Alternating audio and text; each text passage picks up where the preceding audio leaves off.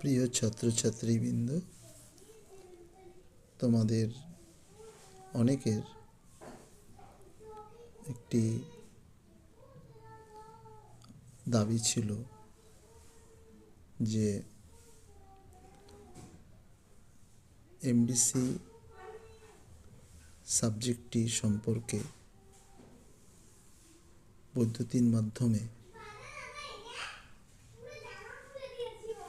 যাতে তোমরা কিছু জানতে পারো তার একটি ব্যবস্থা করার জন্য আজকে আমি সেই কারণে হাজির হয়েছি কল্যাণী ইউনিভার্সিটির MDC library information and media সায়েন্সের অন্তর্গত একাডেমিক লাইব্রেরি উপর যে কোর্সটি রয়েছে একাডেমিক লাইব্রেরির সম্পদ এবং পরিষেবা, সেই সম্পর্কে যে সিলেবাসটি রয়েছে তোমরা দেখতে পাচ্ছ।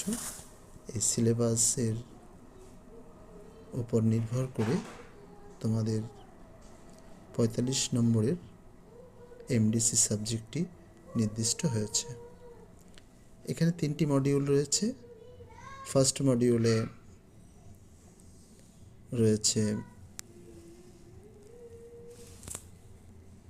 একাডেমিক লাইব্রেরির সম্পদ ও পরিষেবা, মডিউল 1। মডিউল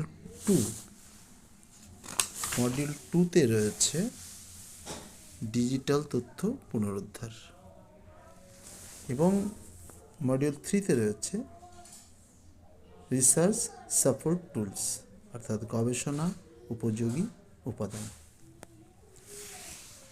এই 3টি মডিউলের মধ্যে আমি আজকে প্রথম মডিউল যেটি রয়েছে academic library resource and services, তার মাধ্যমে যে বিষয়টি রয়েছে তার মধ্যে একটি অংশ একাডেমিক লাইব্রেরি কাকে বলে, তার লক্ষ্য, উদ্দেশ্য, কাজ এবং পরিষেবা, এই সম্পর্কে আজকে বিস্তারিত আলোচনা করব। প্রথমত, একাডেমিক লাইব্রেরি কাকে বলে?